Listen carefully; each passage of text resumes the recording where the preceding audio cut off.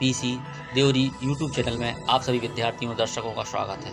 विद्यार्थी हमारे YouTube channel को लाइक करें, सब्सक्राइब करें, बेल आइकन को प्रेस करें ताकि आपको लेटेस्ट नोटिफिकेशन हमारे तुरंत प्राप्त हो सके। चलिए स्टार्ट करते हैं आज का वीडियो।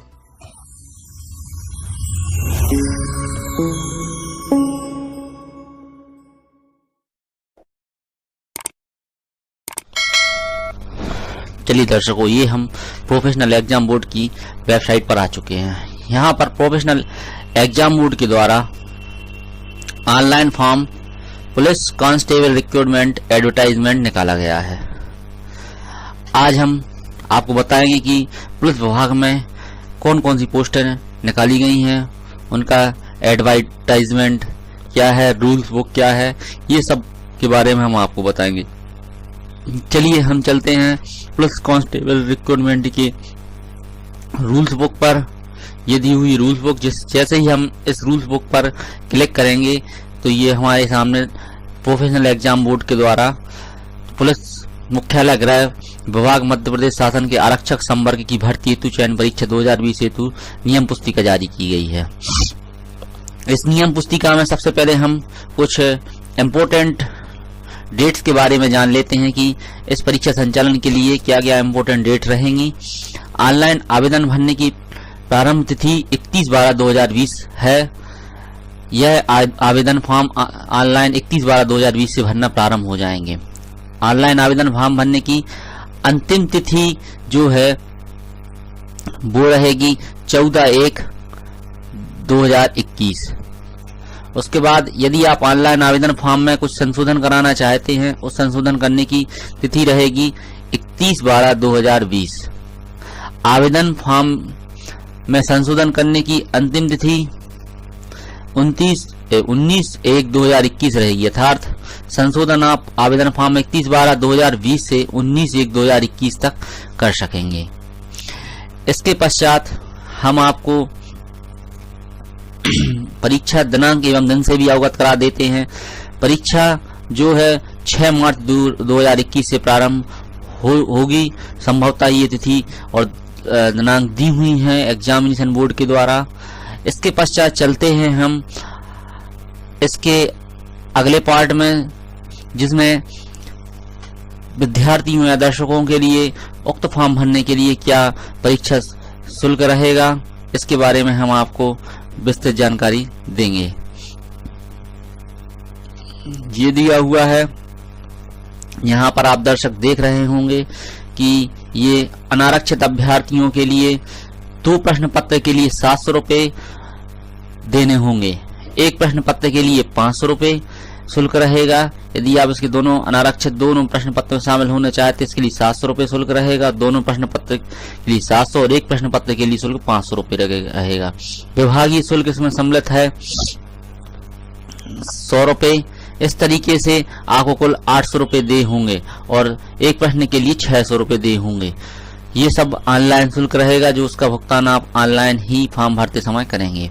इसी तरीके से अनुसूचित जाति, अनुसूचित जनजाति, अन्य पिछड़ा वर्ग, निःशक्त जन और जो केवल मध्य प्रदेश के मूल निवासी हैं, उनके लिए 2 प्रश्न पत्र के लिए यहाँ पर जो शुल्क रहेगा वो रहेगा 350 रुपये और एक प्रश्न पत्र के लिए 250 रुपये, जिसमें विभागीय शुल्क 50 रुपये सम्मिलित रहेगा। इस तरीके से आपको 2 प्रश्न पत्र के लिए 400 रुपये ऑनलाइन भुगतान करना होगा और एक प्रश्न पत्र के लिए 300 रुपये ऑनलाइन आपको भुगतान करना होगा। अब हम इस नोटिफिकेशन के नीचे चलते हैं, जहां पर ऑनलाइन परीक्षा पद्धति समय सारणी दी हुई है। इस समय सारणी में परीक्षा की दिनांक आप देख सकते हैं 6 मार्च 2021 से प्रारंभ होगी, जो 2 पालियों में संचालित होगी, प्रथम पाली और द्वितीय पाली। प्रथम पाली का समय रहेगा 7 बजे से प्रातः 7 बजे से 8 बजे तक और द्वितीय पाली का समय रहेगा अपराह्न 1 बजे से 2 बजे तक। महत्वपूर्ण निर्देश और पढ़ने का समय भी आप नोटिफिकेशन पर देख सकते हैं, उत्तरांकित करने का भी आप समय अपने नोटिफिकेशन में देख सकते हैं। हम नोटिफिकेशन और व्यापम प्रोफेशनल एग्जाम बोर्ड की लिंक हम अपने वीडियो के डिस्क्रिप्शन में आपको उपलब्ध करा देंगे। उसके द्वारा आप सारे रूल्स बुक को अच्छे से अध्ययन कर सकते हैं। वैसे मैं आपको महत्वपूर्ण जो बिंदु रूल्स बुक के दिए हुए हैं, मैं उनसे आपको अवगत करा रहा हूं। ये आपको रूल्स बुक में मिलेगी विषय सूची रहेगी, जिसमें आप जो भी महत्वपूर्ण बिंदु आपके साथ से उनको आप पढ़कर आप उस पृष्ठ पर जा सकते हैं, जिस पृष्ठ पर आपको जो भी रूल्स दिया हुआ है आप उसका अध्ययन कर सकते हैं। इस तरीके से ये दिए हुए हैं कि भर्ती चयन परीक्षा की नियमावली, परीक्षा पाठ्यक्रम क्या क्या रहेगा, इन सब के बारे में आपको जानकारी दी हुई है। ये आप उस पृष्ठ पर जा करके आप देख सकते हैं। चलिए हम पुनः नीचे की ओर चलते हैं, आपको और कुछ महत्वपूर्ण बिंदुओं से अवगत कराएंगे। इस परीक्षा से संबंधित महत्वपूर्ण बिंदु और क्या हो सकते हैं, ये आपको स्क्रीन पर दिख रही होगी आरक्षण तालिका। ये आरक्षण तालिका दी हुई है। इस आरक्षण तालिका में कुल पोस्टों की लगभग पुलिस विभाग द्वारा 4000 पोस्ट निकाली गई हैं। इनमें किस पद के लिए कितनी पोस्ट के लिए क्या रिजर्वेशन है, क्या आरक्षण दिया गया है, ये आरक्षण आपको यहाँ दृष्टिगोचर होगा। यहाँ रेडियो कांस्टेबल रेडियो के लिए टोटल 138 पद निकाले गए हैं, जिसका आरक्षण आप नियम पुस्तिका में आप देख सकते हैं। इसी तरीके से हम अब नीचे चलते हैं। ये दिया हुआ है other than radio constable GD, इसके टोटल 3862 पोस्ट निकाले गए हैं, जिसको आप अपनी स्क्रीन पर देख रहे होंगे। इसका भी आरक्षण आप अपनी वेबसाइट पर जाकर नोटिफिकेशन में टोटल देख सकते हैं किस कैटेगरी के लिए क्या रिजर्वेशन दिया गया है। इसी तरीके से हम आरक्षक जीडी के पदों का वर्गीकरण देखते हैं। आरक्षक जीडी के पदों के लिए टोटल पोस्ट निकाली गई हैं 3477 पोस्ट। ये 3477 पोस्ट निकाली गई हैं। इसका भी आप ये जीडी आरक्षक के लिए 3477 पोस्ट हैं, जिनका आप वर्गीकरण वेबसाइट पर जाकर के देख सकते हैं।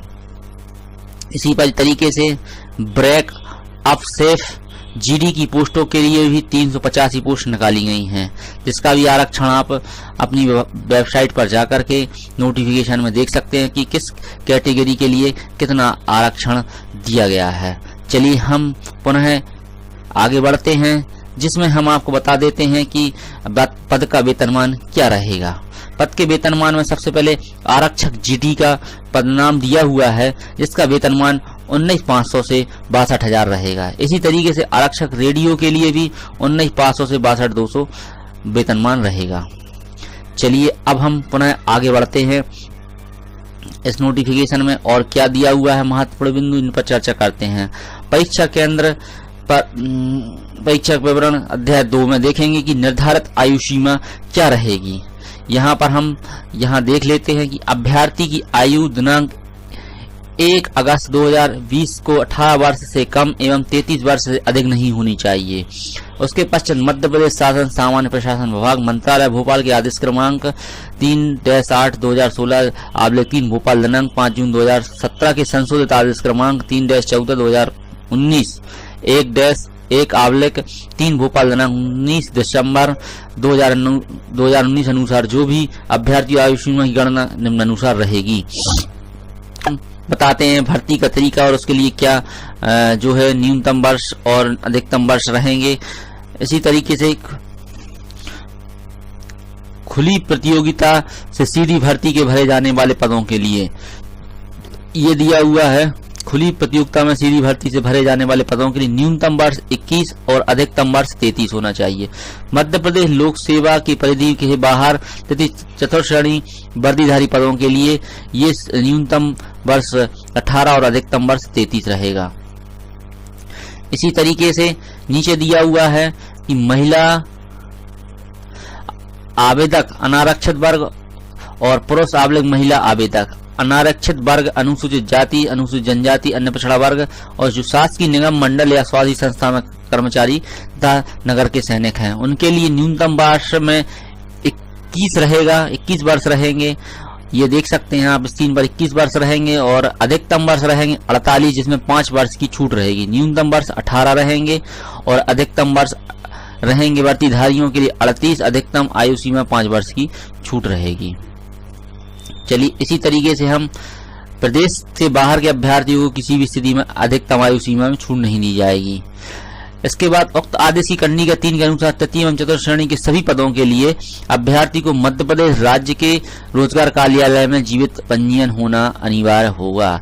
ये जो कंडीशन दी है इसको आप अच्छे से देख लें। आपका जीवित पंजीयन है तो ठीक है, यदि नहीं है तो आप उसको ऑनलाइन जाकर के आप पंजीयन को रिन्यू या नया पंजीयन कर सकते हैं। चलिए हम इसके बाद आयु सीमा में छूट के पश्चात आगे की ओर बढ़ते हैं, जिसमें हम देखेंगे कि इस नोटिफिकेशन में और क्या है जो आपके काम का है।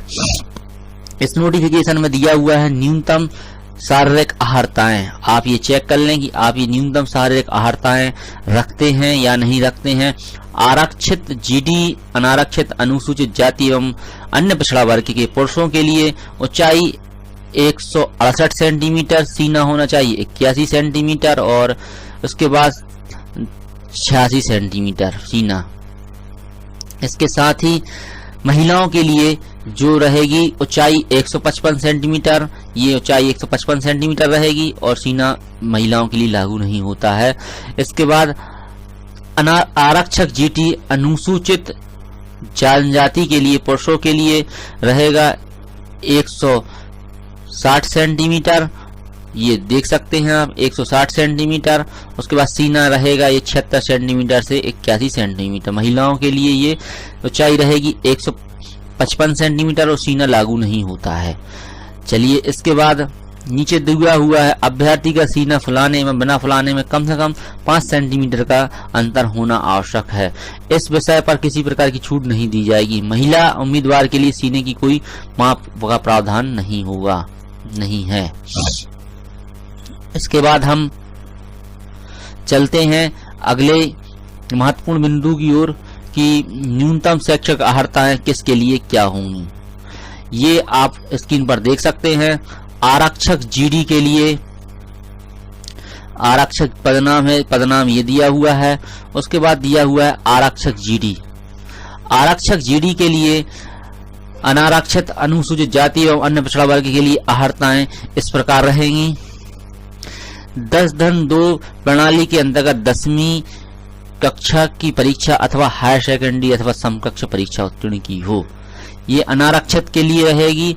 अनुसूचित जाति एवं अन्य पिछड़ा वर्ग के लिए शैक्षिक अहर्ताएं रहेगी। जो भी विद्यार्थी जनरल, ओबीसी और एससी कैटेगरी के अंतर्गत बिलोंग करते हैं, वो जो 10वीं और 12वीं प्रणाली से जो अध्ययनरत उत्तीर्ण कर चुके हैं वो इसके लिए पात्र होंगे। अनुसूचित जनजाति के विद्यार्थियों के लिए योग्यता 8वीं कक्षा अथवा समकक्ष परीक्षा उत्तीर्ण होगी। चलिए आगे बढ़ते हैं। उसके बाद जो अगली पोस्ट दी हुई है आरक्षक रेडियो, इस पद के लिए उम्मीदवार को 10-2 प्रणाली के अंतर्गत 12वीं कक्षा पास होना चाहिए, अर्थात जो विद्यार्थी 12वीं कक्षा उत्तीर्ण किए हुए हैं वो आरक्षक रेडियो के लिए पात्र होंगे। पर इसके साथ ही एक कंडीशन और दी हुई है कि इन्हें ये दिया हुआ कौशल विकास एवं उद्यमिता मंत्रालय भारत सरकार द्वारा संचालित राष्ट्रीय व्यवसाय प्रशिक्षण परिषद, राज्य व्यवसाय प्रशिक्षण परिषद एसबीटी से मान्यता प्राप्त संस्था द्वारा आईटीआई के 2 वर्ष उत्तीर्ण करना अनिवार्य होंगे। इसमें electronic computer, information technology, telecommunication में से किसी एक पाठ्यक्रम में उत्तीर्ण होना जरूर आवश्यक होगा, अथवा मानव संसाधन विकास मंत्रालय भारत सरकार एमएचआरडी अखिल भारतीय तकनीकी शिक्षा परिषद विश्वविद्यालय अनुदान यूजीसी से मान्यता प्राप्त पॉलिटेक्निक में किसी एक विषय अथवा 3 वर्षीय diploma electronic computer instrument information तकनीकी टेली कम्युनिकेशन में किसी एक पाठ्यक्रम में उत्तीर्ण होना जरूरी होगा। चलिए आगे बढ़ते हैं। इसके बाद क्या महत्वपूर्ण बिंदु हैं हम उनको भी देख लेंगे। ये तालिका में, अगली तालिका में परीक्षा के शहर दिए हुए हैं। आपके आसपास के जो भी परीक्षा के शहर हैं आप उनको अच्छे से देख लें, उसके बाद ही आप जो है उसको फॉर्म को ऑनलाइन करें। और विशेष बात यह है कि आरक्षक जीडी प्रथम प्रश्न पत्र एवं समस्त उम्मीदवारों की ऑनलाइन परीक्षा 2 घंटे की अवधि होगी, जिसमें अधिकतम अंक 100 रहेंगे।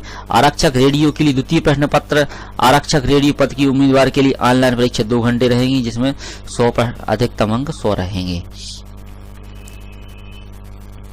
इस तरीके से आप और भी जो है जानकारियां हम वीडियो के डिस्क्रिप्शन में प्रोफेशनल बोर्ड की जो है आपको उपलब्ध करा रहे हैं लिंक। उस लिंक पे आप जाकर के नोटिफिकेशन को देख सकते हैं और पर अंतिम दिनांक का विशेष ध्यान रखें।